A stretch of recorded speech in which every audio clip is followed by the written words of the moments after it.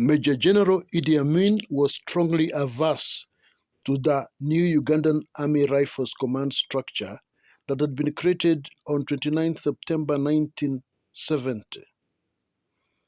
The new command structure relieved Brigadier Idi Amin from his position as the Army Chief of Staff, which involved commanding the Army and the Air Force. Instead, Idi Amin was moved to the post of Defense Secretary, which was earlier held by Brigadier Opolot, who had been sacked. Instead, power shifted to two officers. These were Brigadier Suleiman Hussein, who became the Army Chief of Staff, and Colonel Juma Musa, who became the Air Force Commander. Brigadier Hussein was a career officer in the Ugandan Rifles. In 1962, Hussein Suleiman had risen to the rank of Major. He became commander of the Ugandan Army 2nd Battalion with the rank of Lieutenant Colonel. On April 12, 1968, he was promoted to the rank of Brigadier. On 29 September 1970, the Defense Council made him Uganda Army Chief of Staff. Colonel Juma Musa, on the other hand, became the new commander of the Air Force. He was the commanding officer of the 1st Battalion Ugandan Rifles, which is based in Jinja. Two changes saw Dr. Milton Obote being made the overall commander of the army. It should be known that Idi Amin was deeply opposed to the new changes, which denied him direct command of the army.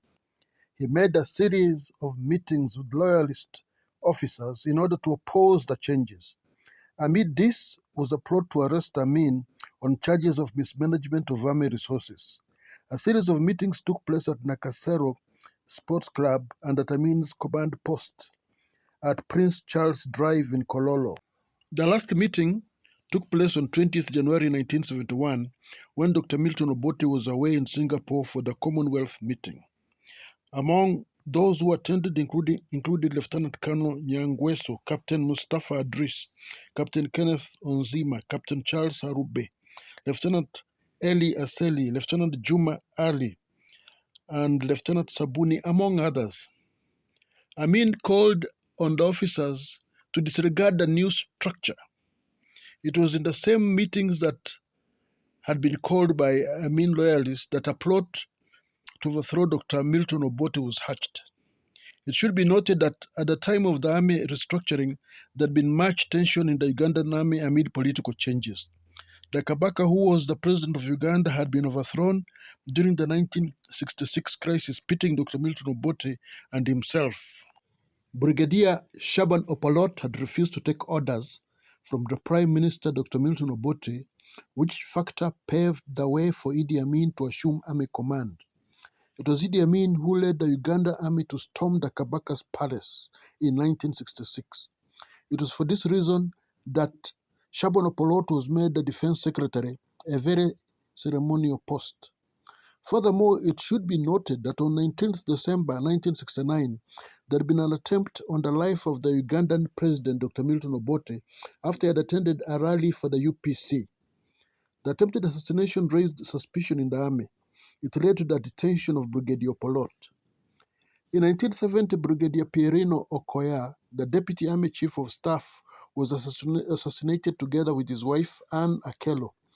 He had questioned Amin's whereabouts during the time of attempted assassination. During the inauguration of Dr. Milton Obote as the Chancellor of Makerere University on 8th October 1970, Idi Amin made a brief appearance at the ceremony. Idi Amin had not been formally invited for this ceremony. He was wildly cheered by the students of Makerere University in a ceremony that was attended by President Jomo Kenyatta, President Kenneth Kaunda, and President Julius Nyerere. Among other reasons as to why Idi Amin was reluctant to give in to changes is because he was planning a coup. Mrs. Zaituni Maliamungu, the wife of Brigadier Maliamungu, when he was a lieutenant at Malire Mechanized Battalion, hinted to her that there were plans for a coup. Amin had stationed a number of his loyalists in all major barracks, including the elite Malire Mechanized Unit, which had acquired tanks, armored personnel carriers, heavy artillery, and other armaments. They played a leading role in overthrowing the government. While he was the Army Chief of Staff, Idi Amin had recruited a 2,000-man Special Force from his home area in West Nile, Sudan, and Congo. They were heavily trained. The unit was stationed at Bamunanika, which was the palace of the Kabak. This move received a lot of backlash from the army command. The unit was dispatched to other army barracks on deployment. However, they reappeared on January 1971 when they participated in the overthrow of Dr. Milton Obote. They disarmed the Obote loyalists and secured army camps throughout Uganda. Being moved to the new post, it would have scattered Amin's plan for undertaking the coup. And it would also have made him vulnerable, like Shaban Opolot. Opolot's position was actually seen to be ominous. In this context, then we can see that the refusal of Idi Amin to assume the new army post led him to marshal his forces to overthrow the government on 25th January 1971. I would appreciate if you can subscribe, comment, and give a like. If at all you have been sensitized by this piece of very rare history, thank you.